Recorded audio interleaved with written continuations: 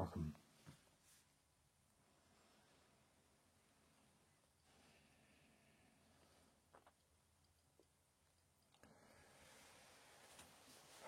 Dr. Prince, as I'm sure you know, as you made the appointment.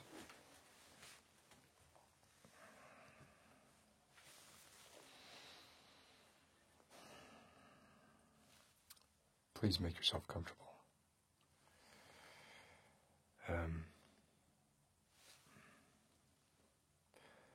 I think you'll find as we progress through tonight's appointment that there's a lot about my methods that are unorthodox. One of those things is we don't need to watch the clock.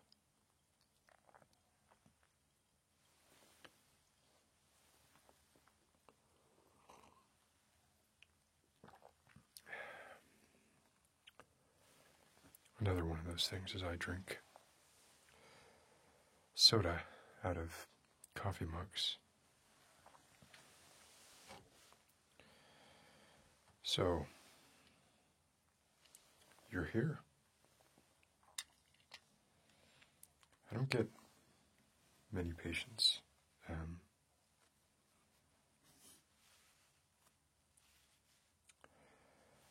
There's not much medical evidence to prove or disprove the value of my methods. And although I'm sure you read about them prior to coming, it is incumbent upon me to reiterate those. Both the methods, the goal that we'll be trying to achieve during this session, and also for risk and compliance reasons, I need to get you on videotape saying that you understand what it is that we're going to be doing. Because, like I said, it's not orthodox. Obviously, I believe in it, and I believe it to be ultimately of great value.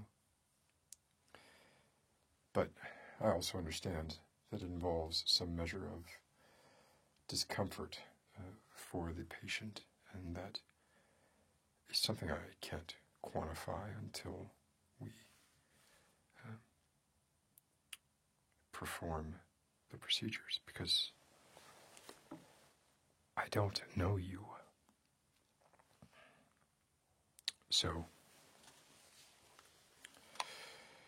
if it's all right with you, I would like you to just, as soon as I'm done winding this thing, just let me know that you're aware that what you're undergoing is what I'm tentatively calling, and this is a tentative name, cognitive pessimistic psychoanalysis. Okay. So, I'm just going to point the camera to you and let it roll, and you can nod your head or just give me some affirmation that you do indeed understand that you will be undergoing cognitive pessimistic psychoanalysis.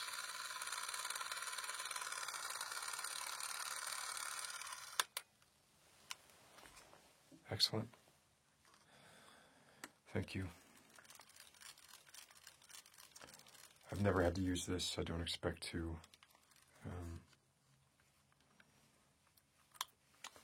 It's just for insurance purposes. So, again, like I said, I'm sure you read up on it a bit, but what is cognitive pessimistic psychoanalysis? It's predicated on the belief that pessimism is a valid school of thought, that pessimism and continued existence are not mutually exclusive, and that it's better to know than not to know.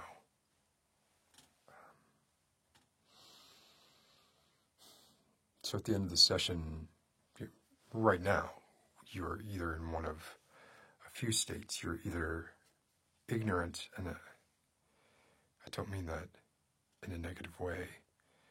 There are plenty of things you know that I don't know that you could tell me, and until you tell me those things, I'm ignorant of them. I don't mean generally, pejoratively ignorant. I mean, when we're talking about this specific belief system and a way to address it, you are either ignorant of the school of thought and therefore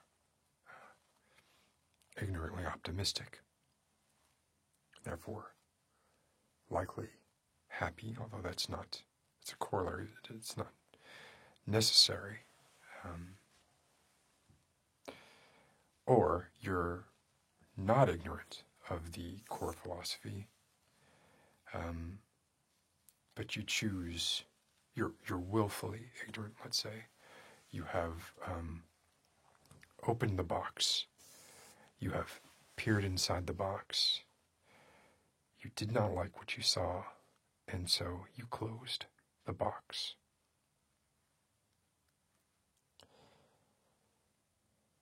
Of course, once the seal is broken, there is no complete closing of the box, and wisps of terror might escape from time to time once that seal is broken. So you might be in that state, in which case you are looking for ways to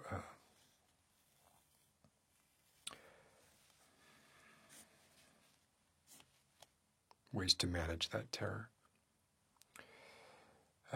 Or you are fully and completely aware of reality as it exists in the mind of a full-fledged pessimist.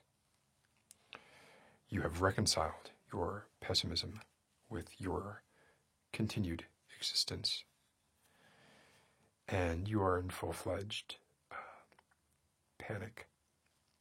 This might be, I don't mean your heart rate is skyrocketing and you're constantly sweating, but that there is a low, ubiquitous level of panic that you experience throughout the majority of your waking life. And in that case, you seek quite active and intense terror management therapy. So those are the three major categories. You may not agree with the pessimistic school of thought at all, of course, but if that's the case, there's little I can do for you. So there are some assumptions that must be made, some classifications and generalizations that I have to make, and some boxes, to continue that analogy, that I have to put you in order to effectively treat you.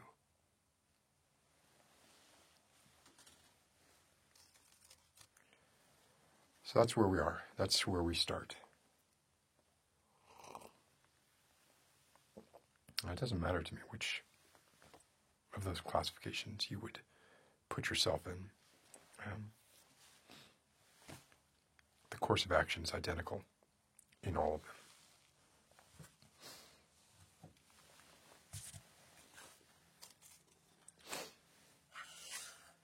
And so that's why you're here today. That's why I'm here today. Let me grab a pen.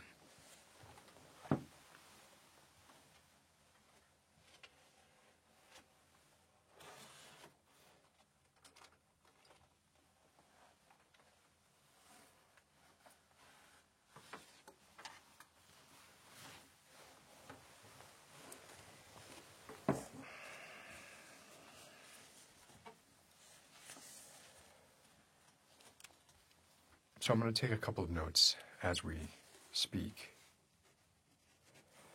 I don't need to ask you any direct questions as of yet.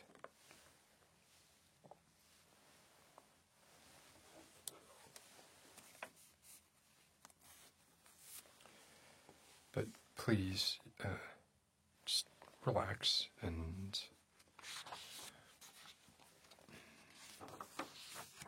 try not to let any fear of what is to come taint what needs to be an open and honest acceptance of where we're going to find ourselves shortly.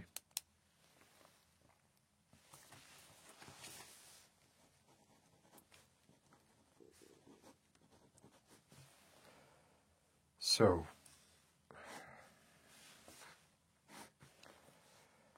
philosophy is not an exact science. And it's obviously open to interpretation, more so than some of the other harder sciences. Therefore, regardless of your familiarity with pessimism as a framework by which to live your life, and how you interpret that, I want to make sure that we're on the same page moving forward.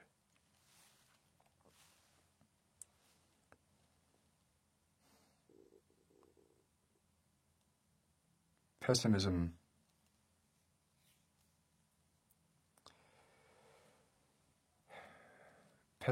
is a belief that non-existence is better than existence.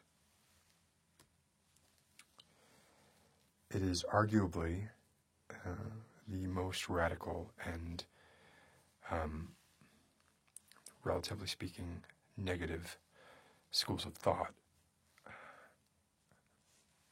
By traditional metrics, is far more bleak than nihilism or existentialism, stoicism. These schools of thought, there's no, right, these are overlapping magistria. The Venn diagram would have a lot of common ground between all of these philosophies, and in fact, even the majority of philosophies in general.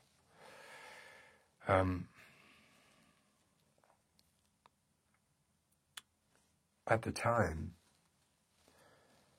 when these schools of thought were being defined, their authors were quite vehement in drawing distinctions between why their school of thought was superior or more accurate,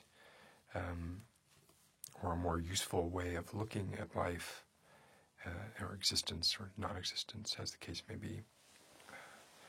They were very vociferous about it, and to an extent they had to be, because publish or perish.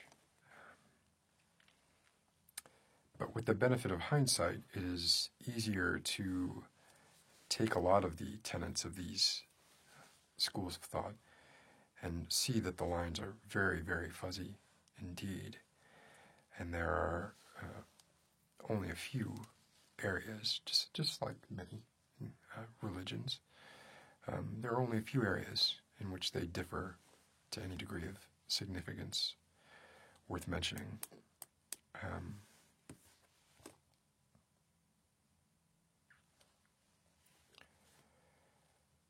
of these, let's say, the darker philosophies, probably nihilism is the most well-known, thanks to Nietzsche. Nihilism is in agreement with pessimism in that humanity does not have any meaning.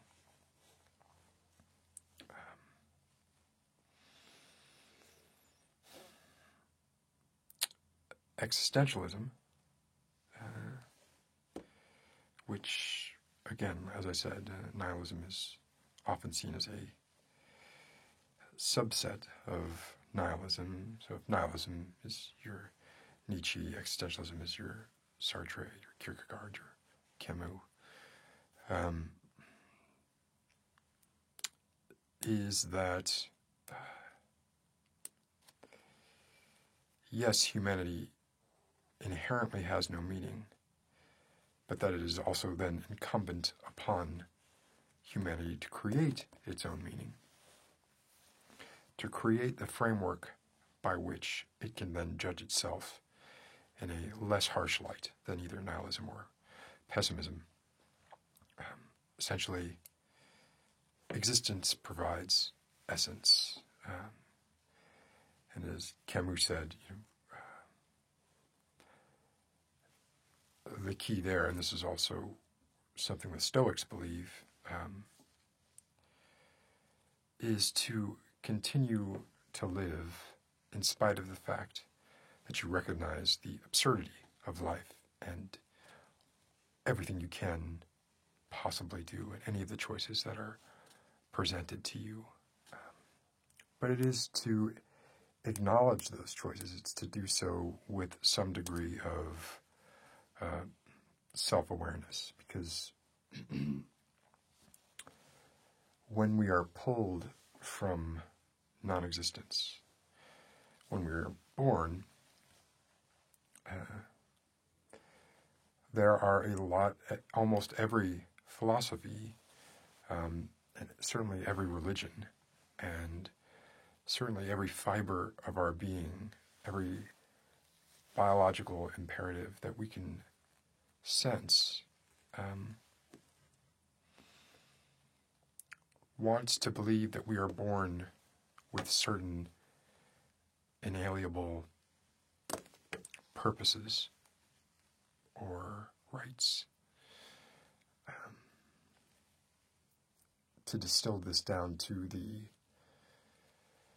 essence of pessimism, there is no you are born. The only inalienable right you have on being born is to die.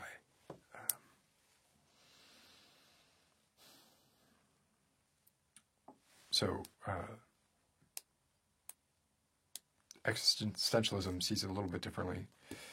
Nihilism sees it a little bit differently. But basically, it's you have the right to try and survive as long as you so choose. You have the right to perish, right? And you have the right to try and perpetuate the cycle of life.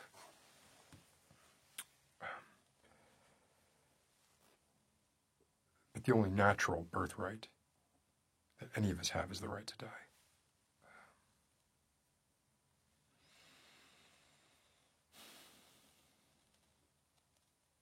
And this is not just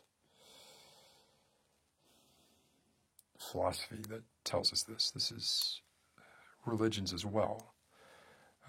Certainly Buddhism. Buddhism probably comes closest to philosophy of all of the large-scale religions that exist currently. To acknowledge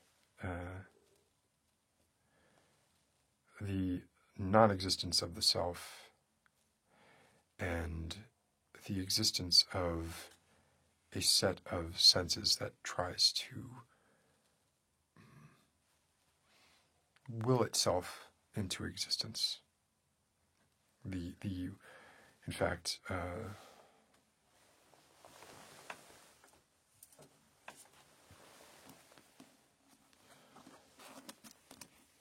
if you read Schopenhauer's The World as Will and Representation, a lot of that is based on the idea that you can will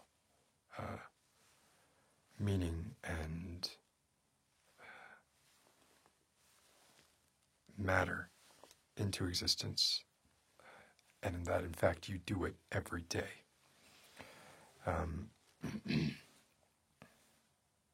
So, the Dhammapada says things like, look at your body, a diseased and suffering thing, with a head full of false imaginings. That's Buddhism for you.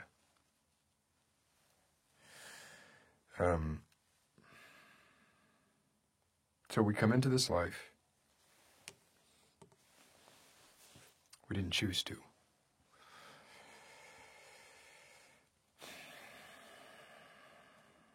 And most of us, I would think, would like to contribute something to the world.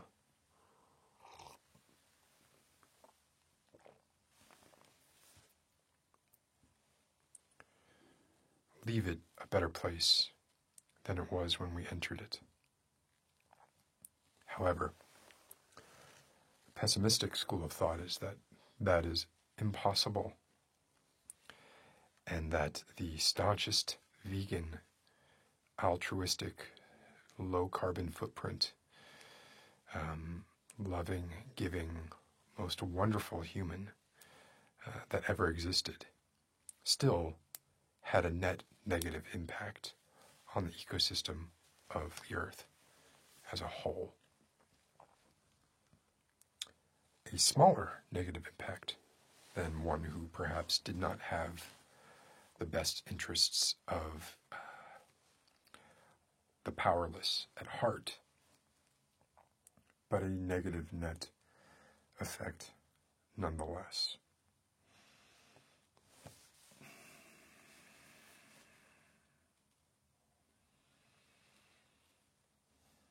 The best that we can do is minimize that negative impact.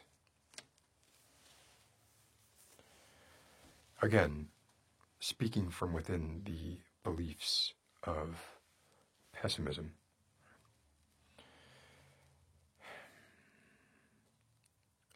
we humans were cursed with consciousness. And at the point that we were cursed with consciousness, and we don't know when that was, there was a long history where humanity did not know about death, did not associate itself with an impending end, and merely lived from day to day. Now I say merely, but in many cases, ignorance is bliss. We cannot, most of us cannot feign that ignorance now. But it did exist at a time, even when our frontal lobes were fully developed. And at some point, as intelligence is wont to do, we ate from the tree of knowledge and were given arguably more than we can handle, more knowledge than we can handle, more responsibility than we can handle, and very few ways to cope with the ramifications of that knowledge.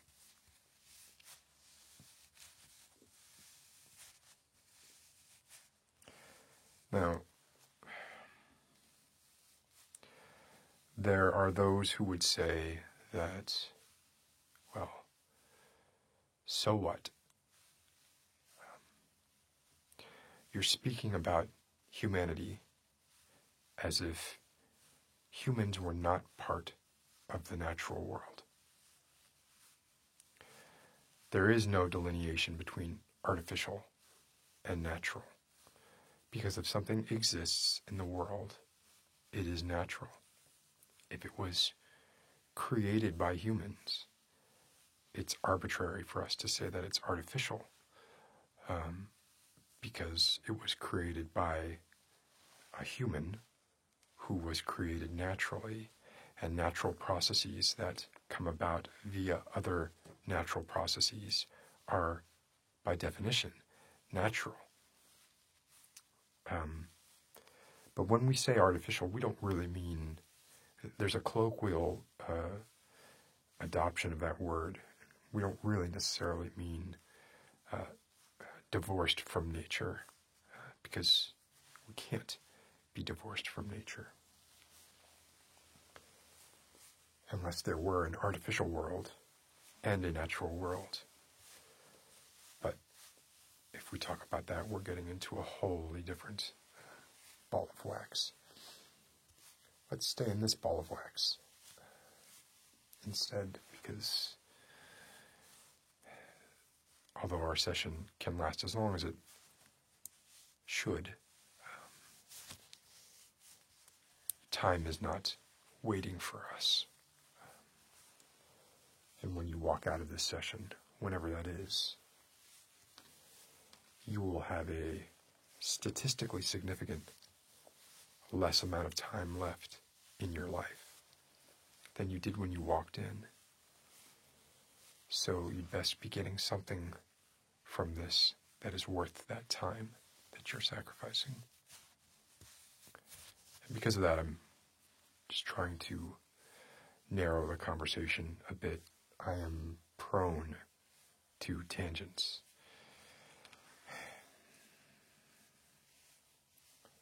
Many professors have told me that, and they weren't wrong. My belief is that those tangents, while they're not always useful in a clinical setting, they are often useful in an introspective, know oneself kind of setting.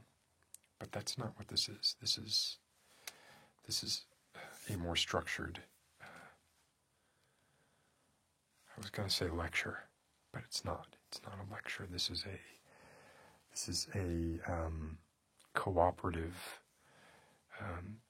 endeavor that you and I are going on together to try and figure out what we can do with this box that is either closed or open and then not able to be resealed, or is thrown wide open with banshees screeching as they come out of it.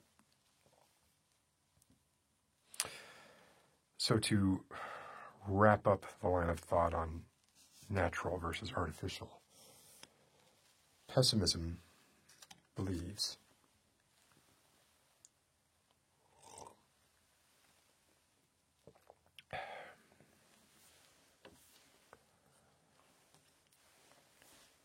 that when humanity developed consciousness and awareness of itself within the framework that it existed in, that it broke a rule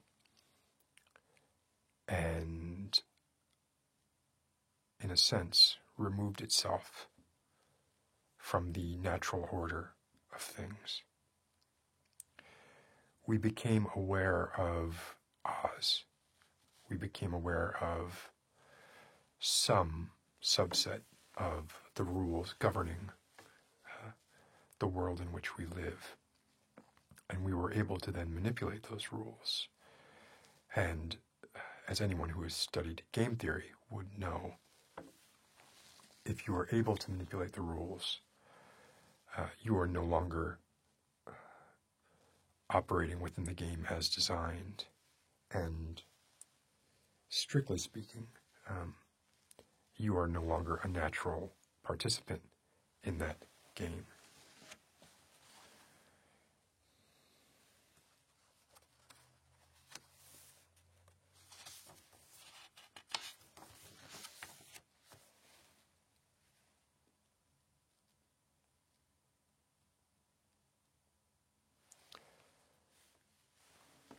There's benefits to intelligence, obviously.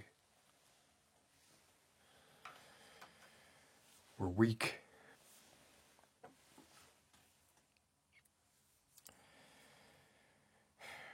We have poor defensive capabilities. We should have died out long ago. We did not. By virtue of our intelligence, we were able to outsmart our larger, stronger, faster predators.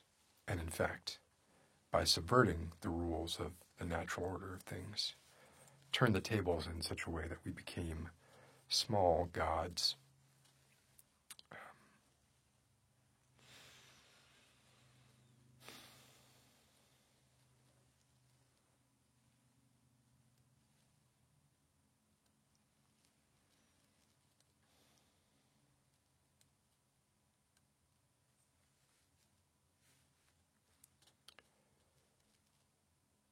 We don't serve a purpose within the ecosystem of the Earth. There are other links in the chain that also do not serve a purpose, but we're the only ones. And believe me, I'm very well aware of and abhor the tendency to single humanity out by virtue of a humanity bias. But it's hard to ignore, in this case, that we are the only species that both does not serve a purpose in the greater scheme of the ecosystem as it was before we evolved, and also know that that is the case.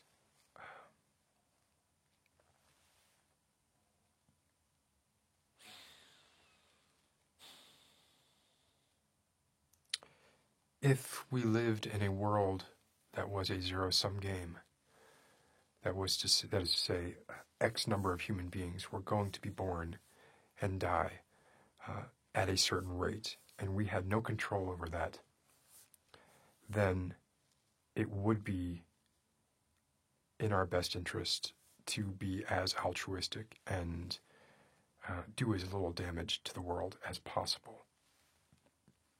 But that is not the choice that we're presented with.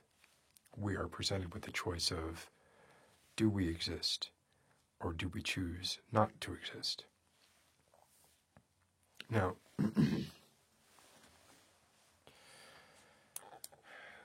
there are those who would say that there are only two types of people in the world: optimists and pessimists, who are also hypocrites. Because if you come to the conclusion that non-existence is better than existence, there's the door. Why haven't you used it? But that is an oversimplification, and simply knowing that non-existence is better than existence does not bind you to take what many people call the coward's way out. And that is, again, a vast oversimplification, and is in fact often the opposite.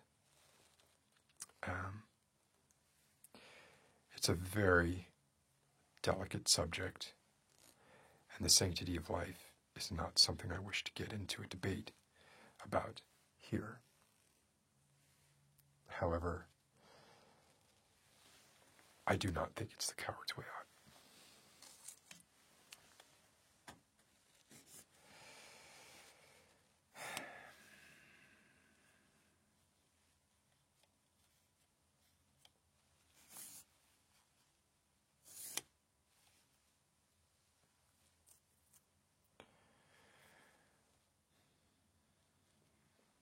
There is a school of thought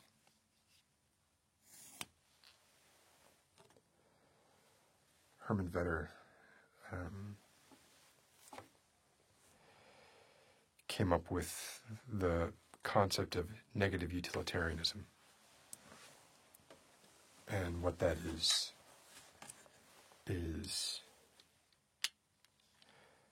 the idea that the best way for us to spend our time on the planet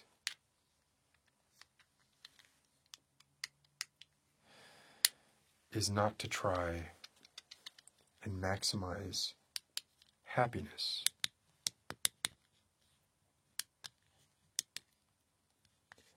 as happiness is arbitrary. We often take happiness and suffering and misery and put them on opposing ends of a single scale. But happiness is arbitrary. Suffering is not arbitrary. So negative utilitarianism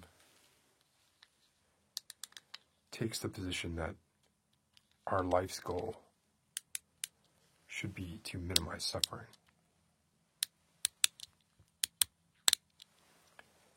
And that's all we should do.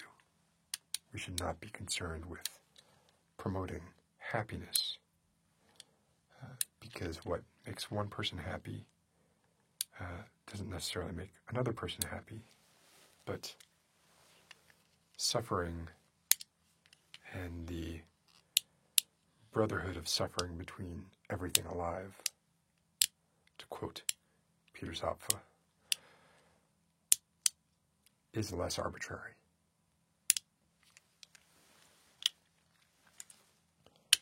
Now, if you were to take the idea of negative utilitarianism to its logical conclusion, the greatest service that one could do for humanity, if it were in their power, would be to cause the human race to stop existing in the blink of an eye. That would minimize the suffering. It would eliminate the suffering. And that's often used as the argument as to why negative utilitarianism is absurd.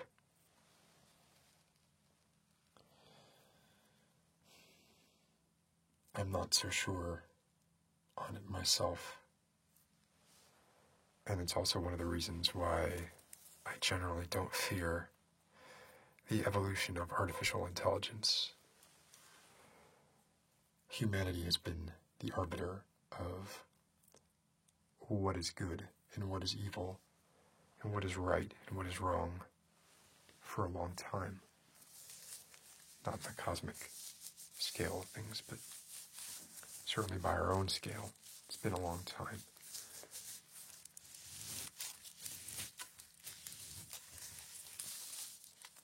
And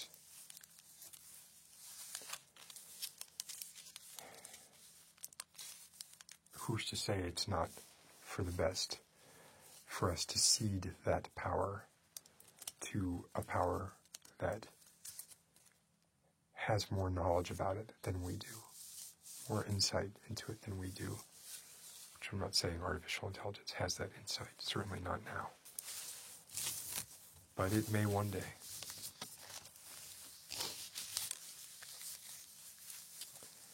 However, we're not here for speculation into future, far future, maybe not that far, dystopian universes wherein we have to make decisions on how we limit the power of our creations. But then again, as mentioned before, artificial and natural are arbitrary constructs. A natural process created us. we, a natural process, create artificial intelligence.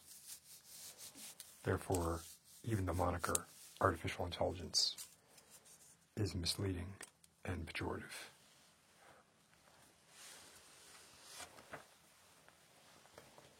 So we have been walking down this road, you and I, already,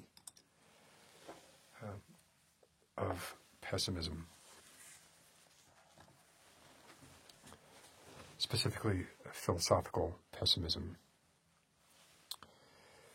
And I wanted to read an excerpt of an essay that I had alluded to before by Peter Wessel-Zapffe, who was a philosopher from the early 20th century, late 19th century. It was translated into English twice. At one point, it was almost impossible for English speakers or readers to find. Now, of course, you can get it online. And if you have the mental fortitude to withstand the despair it might incur, I encourage you to do so. I will merely read the introduction and the ending. The essay is called The Last Messiah. One night, in long bygone times, man awoke and saw himself. He saw that he was naked under cosmos, homeless in his own body. All things dissolved before his testing thought, wonder above wonder, horror above horror unfolded in his mind. Then woman, too, awoke and said it was time to go and slay. This was written in the early 20th century, so there are certainly gender issues, but I'm reading it as it was written. Then woman, too, awoke and said it was time to go and slay. And he fetched his bow and arrow, a fruit of the marriage of spirit and hand, and went outside beneath the stars. But as the beasts arrived at their water holes, where he expected them of habit, he felt no more the tigers bound in his blood, but a great psalm about the brotherhood of suffering between everything alive. Sisterhood. Just the coalition of suffering between everything alive. That day he did not return with prey, and when they found him by the next new moon, he was sitting dead by the waterhole.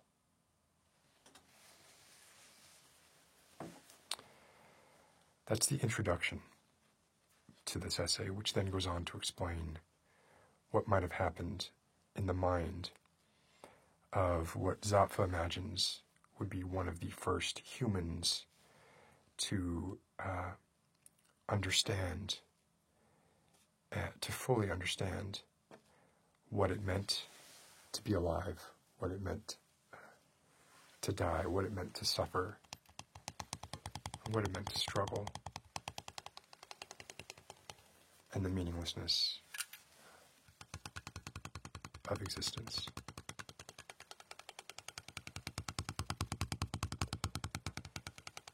In this essay, Zapffe also goes on to talk about, or to pose the question, basically to pose the question, why haven't we all gone mad?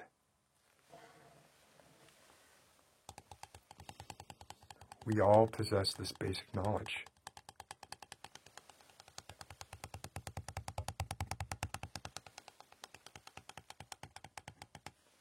And it's a horror. It is the basis of terror management therapy. It is the basis of psychoanalysis. It's the basis. Stoicism comes right part and parcel with cognitive behavioral therapy.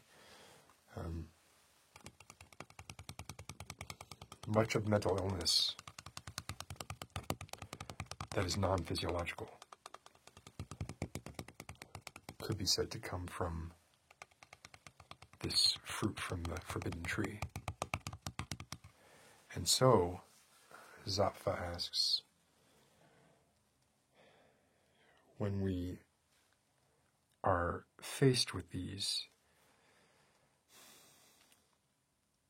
unshakable and dark and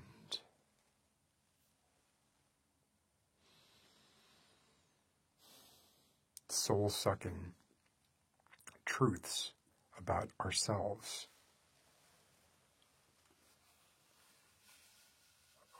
why can we then get up every day and go to work and go through these routines that we can all acknowledge, whether it be in the dead of night, whether it be when we observe a sunset or a sunrise, or have a moment of contemplation where we truly are being completely and wholly introspective and silent. When we have these moments and when we see these truths, why do we not go mad? In his words, the problem was, as I mentioned before, that we had been given too much. A species had been armed too heavily by spirit made almighty without, but equally a menace to its own well-being. Its weapon was a sword without hilt or plate, a two-edged blade cleaving everything. But he who is to wield it must grasp the blade and turn the one edge towards himself.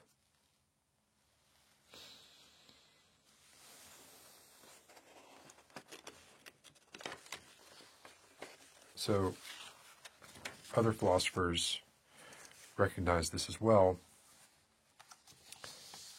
and Zappa was not the first to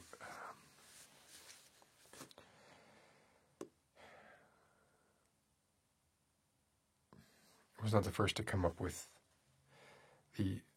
or to codify the coping mechanisms by which we prevent ourselves from going mad.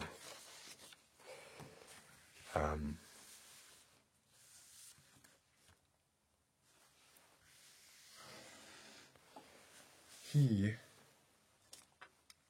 separated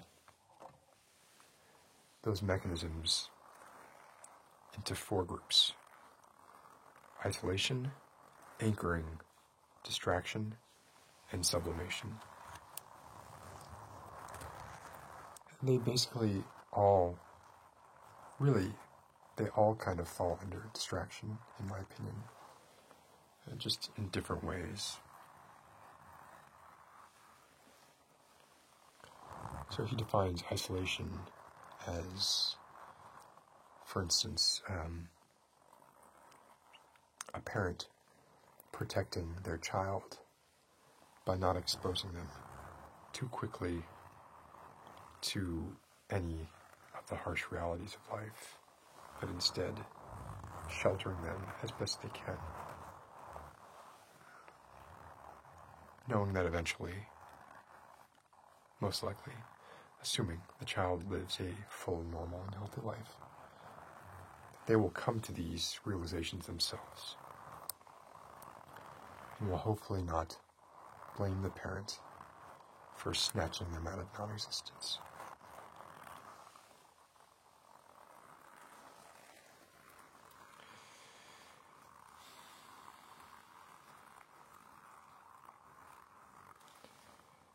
Anchoring.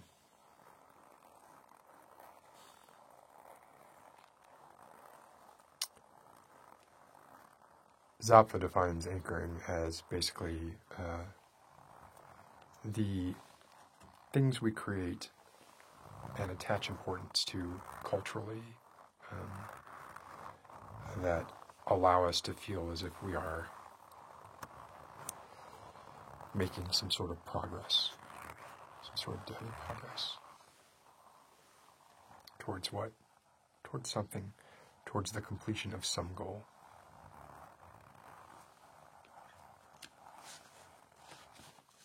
Pretty widespread.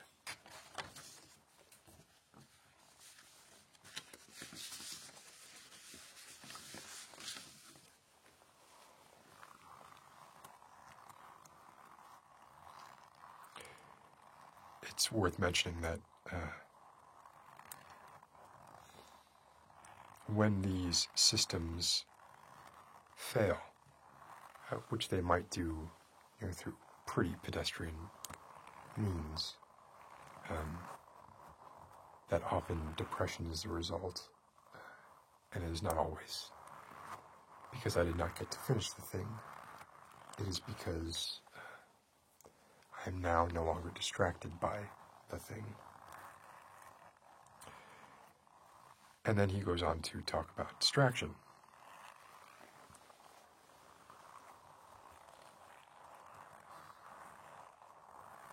In his words, this is typical even in childhood. Without distraction, the child is insufferable even to itself.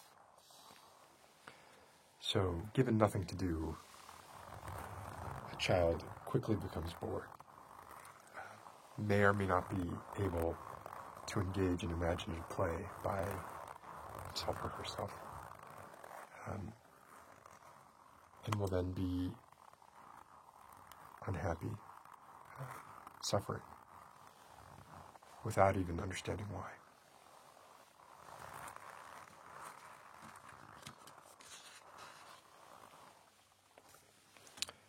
It's one of the reasons things like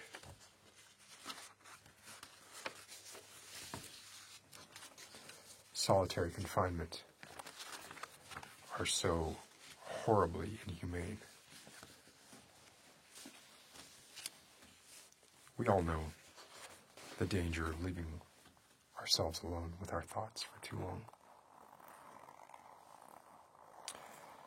So the final remedy against panic, as he describes these, is sublimation.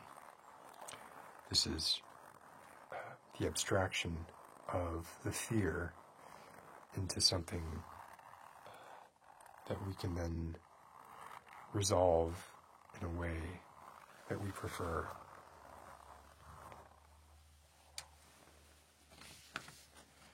And in fact, he even says, this present essay is an attempt at sublimation. So artists often engage in sublimation. Horror is a way to abstract that which we're afraid of and give it some sense of, give it some boundaries that we can more comfortably confront.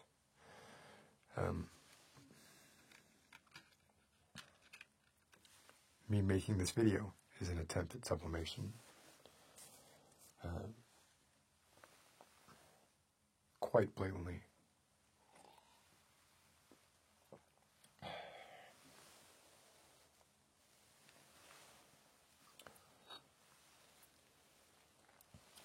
I have a mortar and pestle. Mortar and pestle. And I have a bath bomb. Guess what?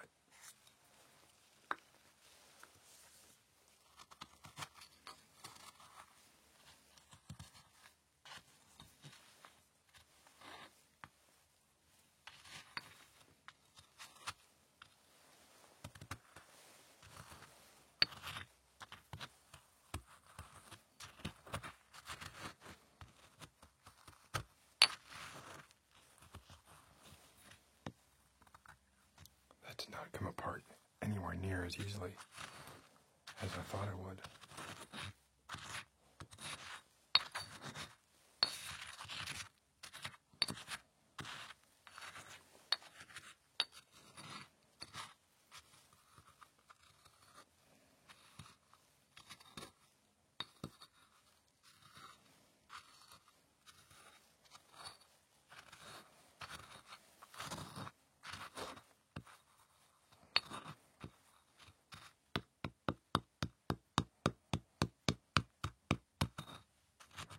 Just patient.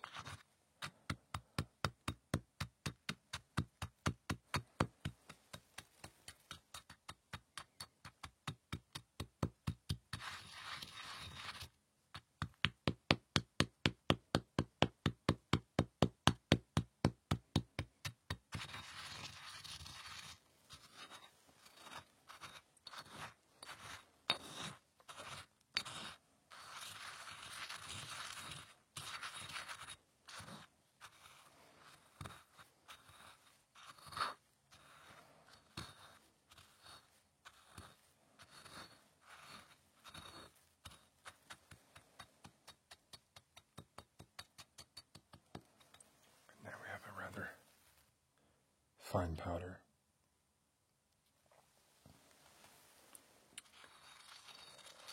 It was a lovely sphere, and now it is no longer such. Its matter still exists. It's right here. It has done what Edgar Allan Poe called, in a rather obscure story, and I'm not sure why this is not more frequently quoted, because it's my favorite quote that I've come across yet for the idea of dying. He called it surrendering one's substance to the solution. So my brain, or even brain is not granular enough, wants to hang on to this particular configuration of organic molecules, i.e. substance, rather than give them up to the solution, which is the universe. But perhaps there is some comfort in knowing that the worst thing that can happen to you is that you become a part of the universe. Perhaps consciousness is not such a great thing after all. I'm going to take some of this bath bomb. Up until recently, a sphere. Oops.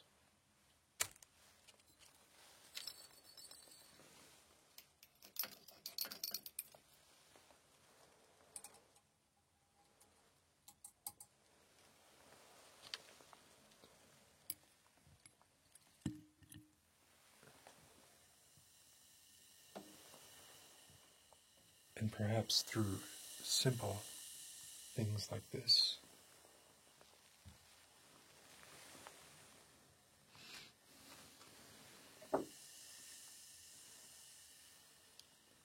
simple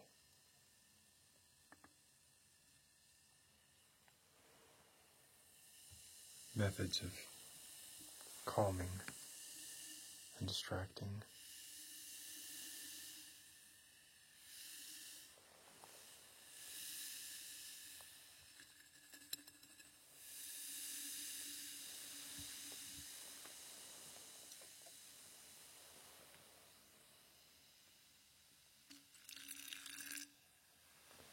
we can hear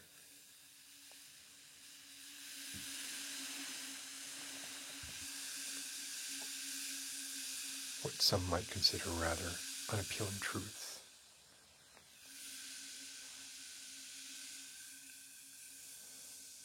And make peace with them.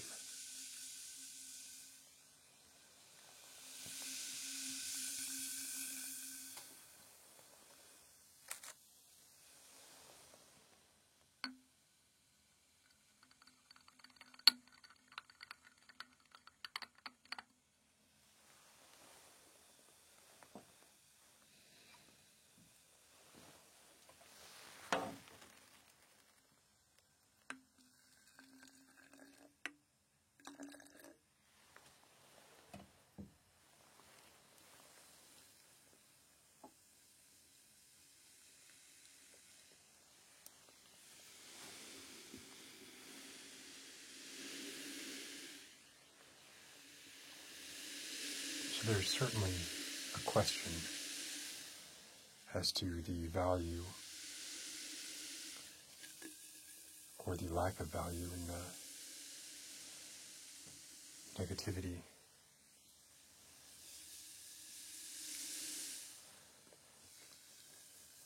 Part of that question comes from the pointlessness of the knowledge.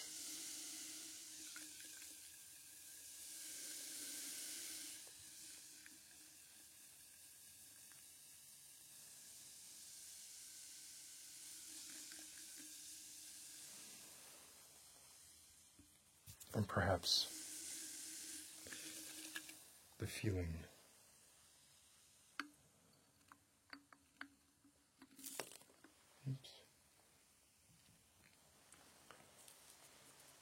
definitely easier for some to overcome than others. That once you know something, you are obligated to act on that knowledge.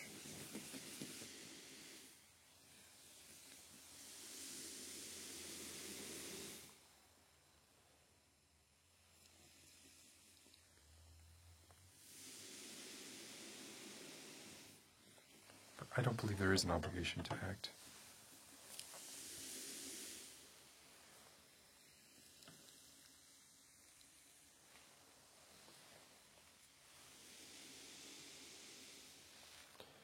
I don't believe there's an obligation to know.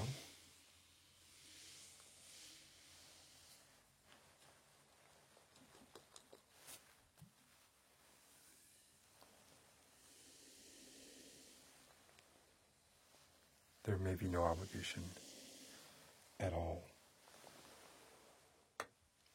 when we come right down to it.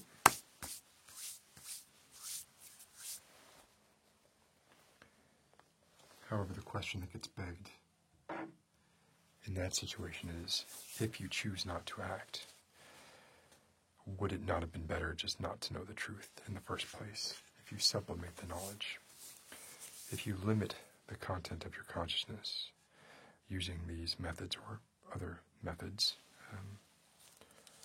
nobody is saying that Zapfa or Schopenhauer had all the answers.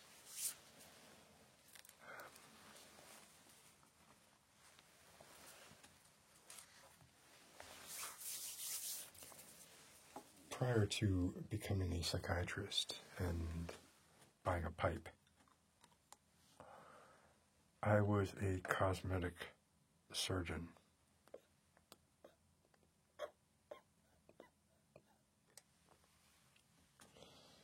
And have a few knickknacks from that time that I thought you might like to see.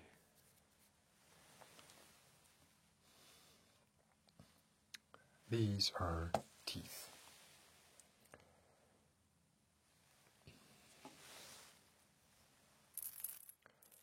One tooth only from each person.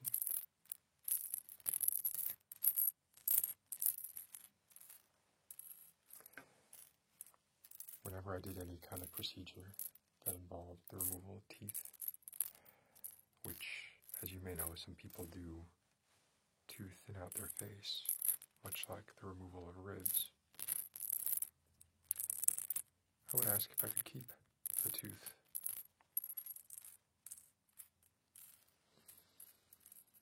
Some might find that strange and grim.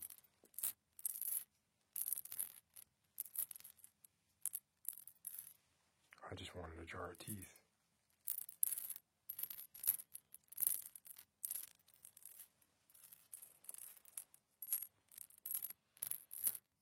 As you can see, I didn't do many procedures that involved the removal of teeth. I was not a cosmetic surgeon for long. The money was good. The satisfaction was poor. I am not immune to searching for meaning.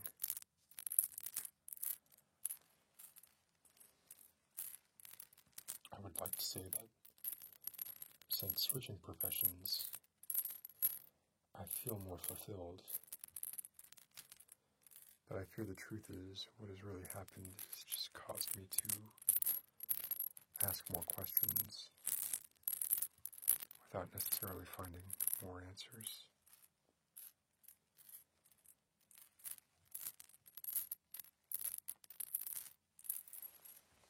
The brain.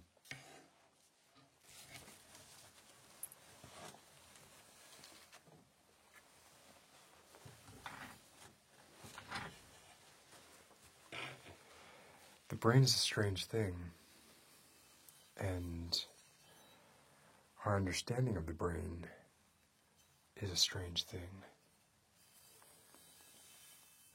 There was a time when the idea of phrenology was completely accepted, and it is only slightly comical now, and I say only slightly because I'm trying to be humble in the idea that 100 years from now, everything we think currently could be thought of as quaint and misguided as phrenology. But for instance, right here, a desire for liquids. That's where it is. Extract that little part of the brain and you won't want liquids anymore.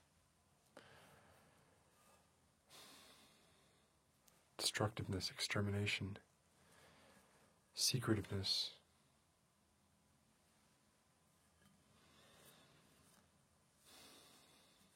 Even your physical form, determined around your orbital sockets.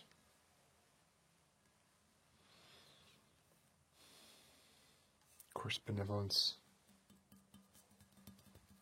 frontal lobes, reasoning, frontal lobes. It was not all wrong.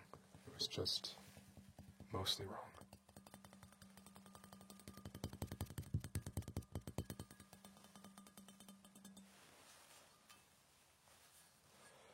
As Alan Fowler said, for 30 years I've studied crania and living heads from all parts of the world.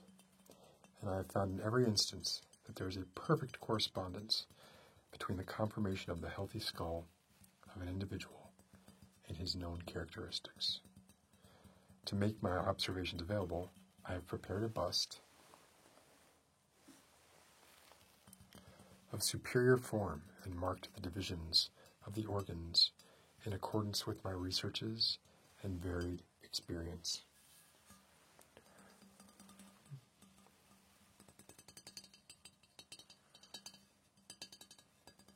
Look, the quest for truth requires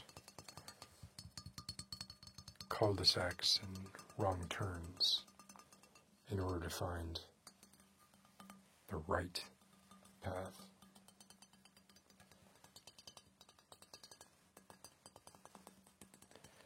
And one can certainly not fault his attention to detail.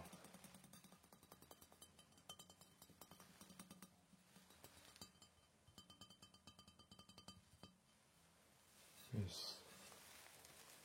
In the back there, love of sex.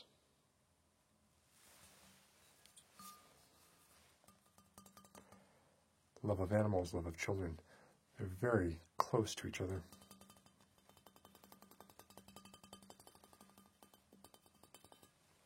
And in this strange sort of negative space, which looks suspiciously like it was just put there to fill said negative space, it says repose.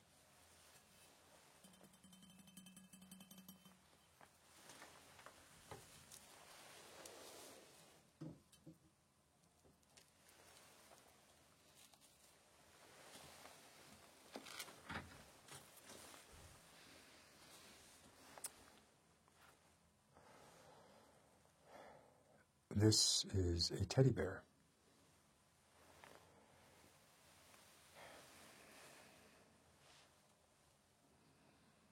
It's one of the ways in which we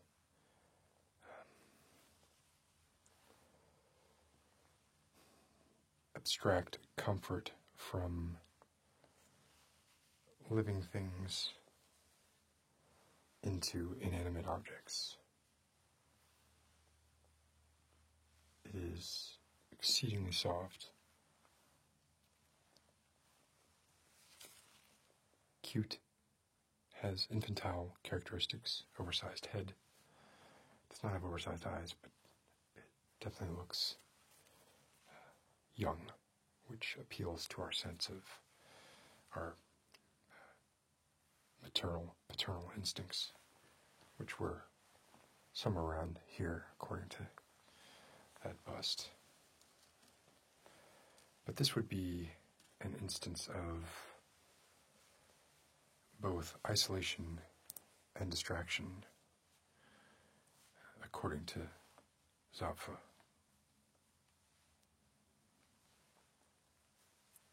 And it's effective, less effective as one grows older, but even right now,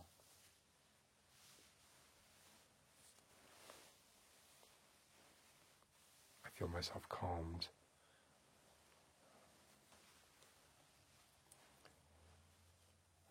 Often we rely on very complicated toys and games to try and distract us. Not always necessary. Often only necessary because of peer pressure. The feeling of missing out on what others have. If this is all there were, this is all people would want. Simple enough.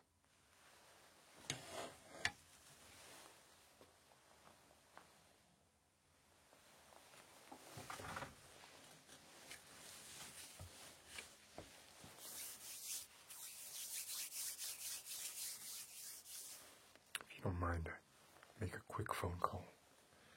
Didn't realize how late it was getting.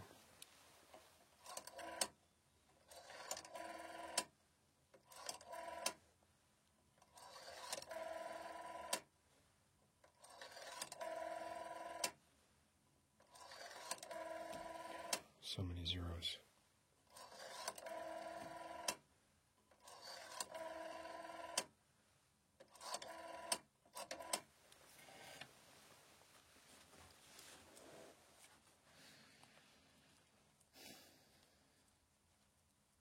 Answer.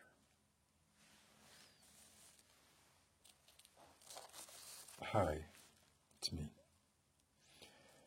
I'm with a patient. I can't be sure. Seems like it might not be long.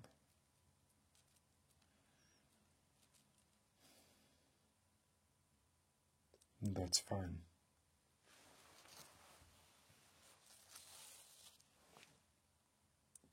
I require little. I only wish to not be alone.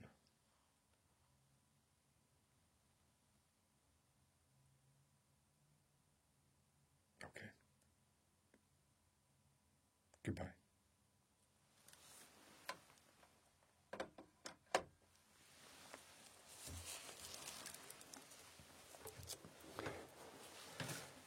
So, in hearing and understanding these truths, you are still able to calmly and collectively move through your life. That is a giant win. Assuming that is your goal, and I am assuming that is your goal, considering you came to me.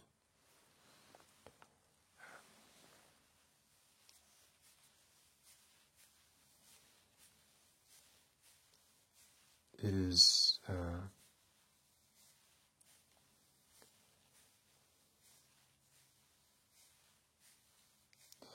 interesting counterpoint to the idea of negative utilitarianism is the idea that we should all do all we can to find as much happiness as we can, as quickly as we can, if only to speed up the process of our becoming disenchanted with getting what we want and realizing that, in fact, there is no it that we want. At least no final it. All arbitrary mile markers on a marathon that ends in a very steep cliff. Sometimes not a marathon, maybe a half marathon, maybe a 5K.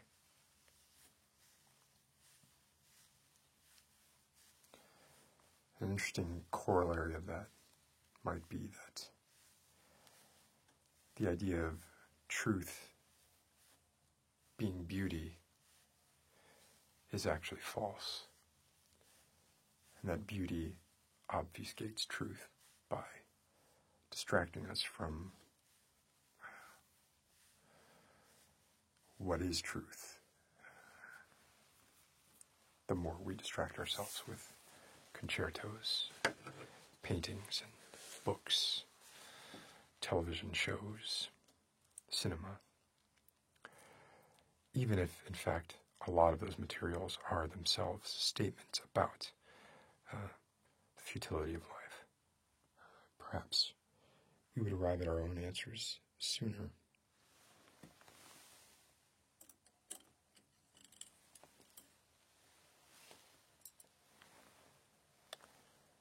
These are glass stirring rods.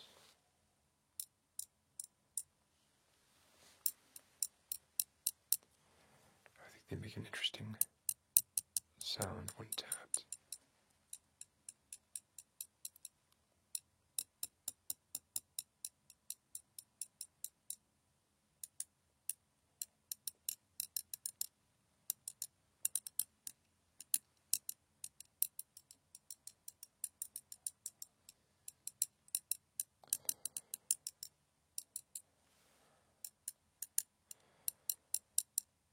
So these therapies that I'm administering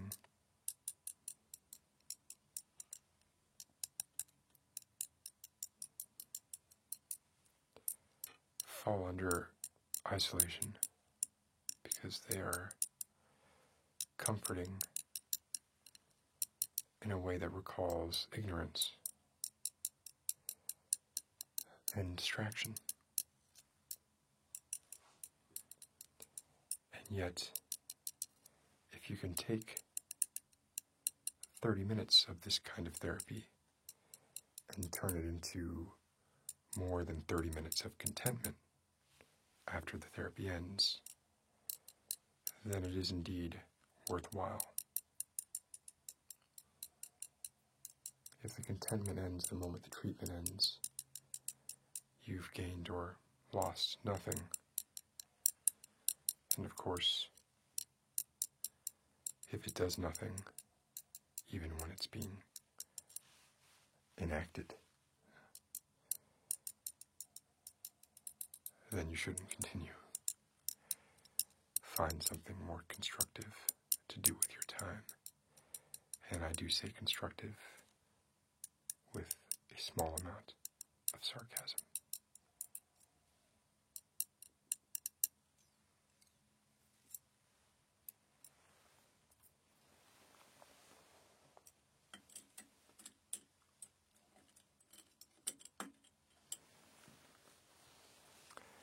One other interesting thing that I kept from my time as a cosmetic surgeon was the subcutaneous and visceral fat of certain people from whom I performed liposuction on.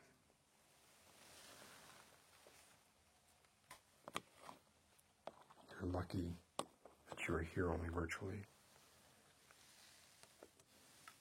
as the stench is not pleasant.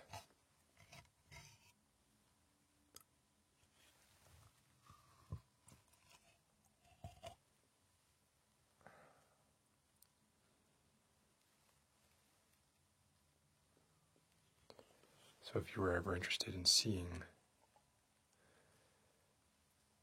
that spare tire consists of. It's not unlike infected sputum. I have added preservatives to this that make it slightly less viscous than it would be otherwise.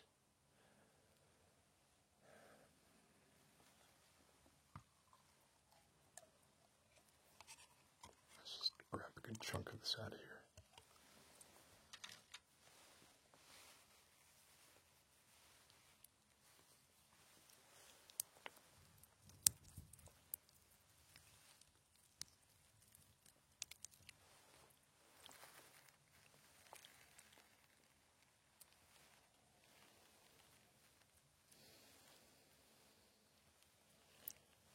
Why would I keep this?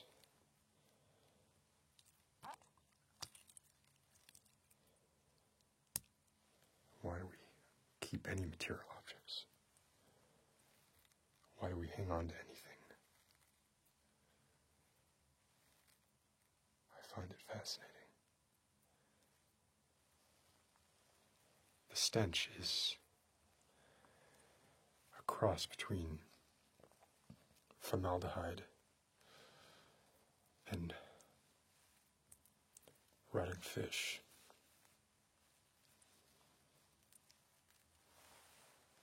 But I think I've gotten to the point where I have an almost Pavlovian response to it.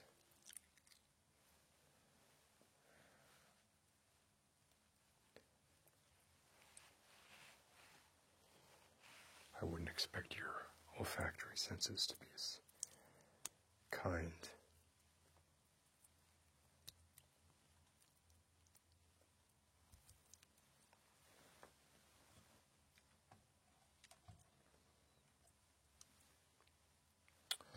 This is all from one person.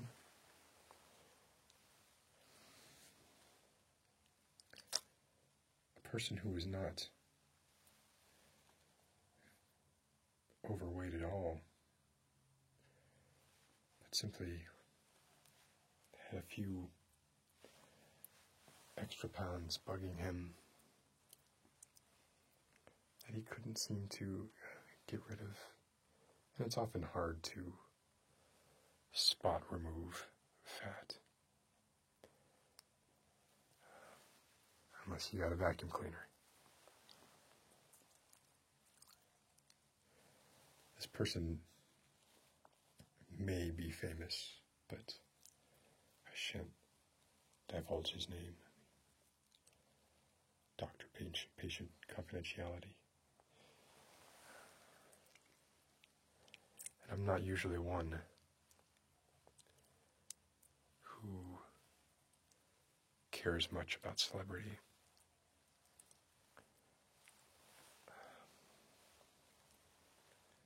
The truth is, I just wanted some fat to play with.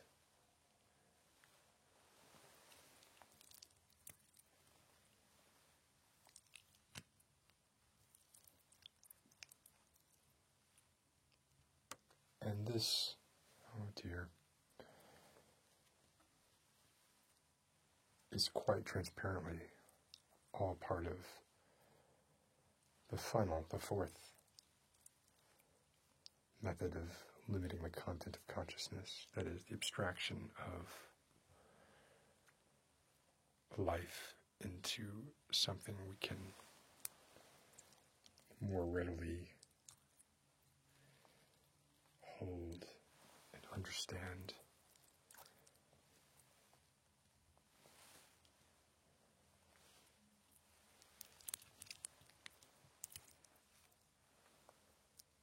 Really, apart from the smell, it's quite beautiful.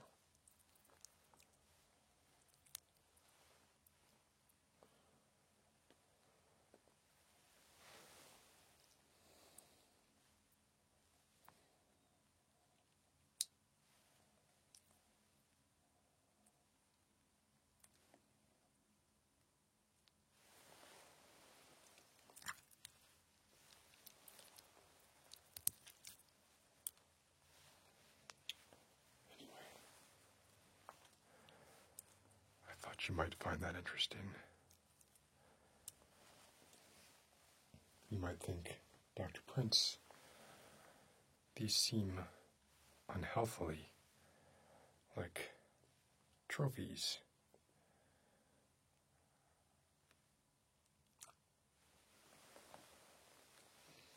I have to seal this up good, because it will smell quite bad.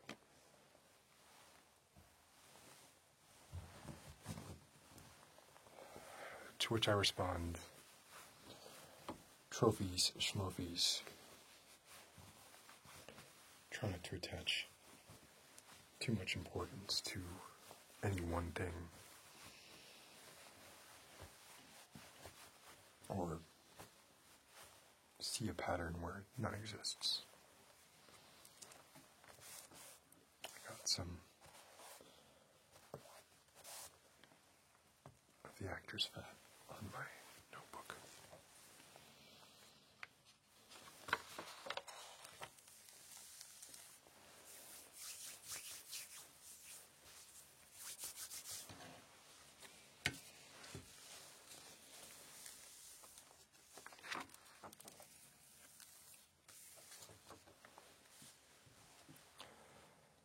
So I feel like we've covered a lot.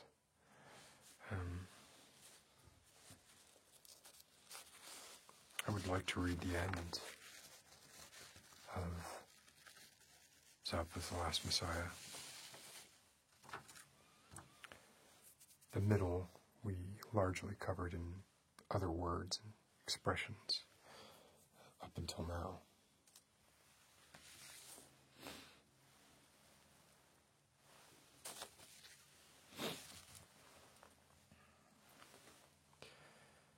If we continue these considerations to the bitter end, then the conclusion is not in doubt. As long as humankind recklessly proceeds in the fateful delusion of being biologically fated for triumph, nothing essential will change. As its numbers mount and the spiritual atmosphere thickens, the techniques of protection must assume an increasingly brutal character. Humans will persist in dreaming of salvation and affirmation and a new Messiah. Yet when many saviors have been nailed to trees and stoned on the city squares, then the last Messiah shall come. Then will appear the man who, as the first of all, has dared strip his soul naked and submitted alive to the outmost thought of the lineage, the very idea of doom, a man who has fathomed life and its cosmic ground, and whose pain is the earth's collective pain. With what furious screams shall not mobs of all nations cry out for his thousandfold death, when like a cloth his voice encloses the globe, and the strange message has resounded for the first and last time. The life of the worlds is a roaring river, but Earth's is a pond and a backwater. The sign of doom is written on your brows. How long will ye kick against the pinpricks? But there is one conquest and one crown, one redemption and one solution. Know yourselves, be infertile, and let the earth be silent after ye.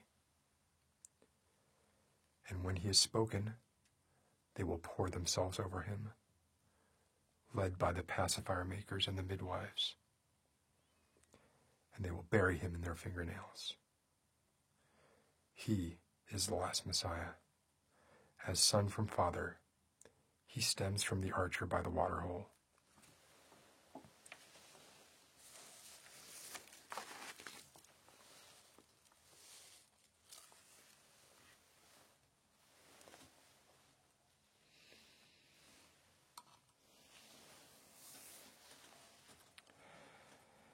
I think that's as good a place to stop for now as any. We don't want to go too far down a path from which we might not come back. if you feel this has helped you, I'd be more than happy to schedule another appointment.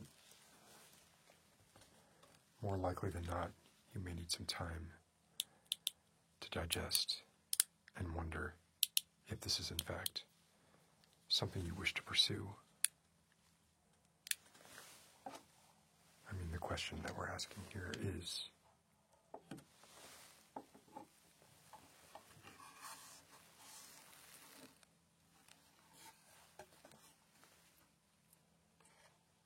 do you want it open? Or would you prefer it be shut? When you've answered that question, we can continue our therapy. And I hope to see you again soon. Thank you.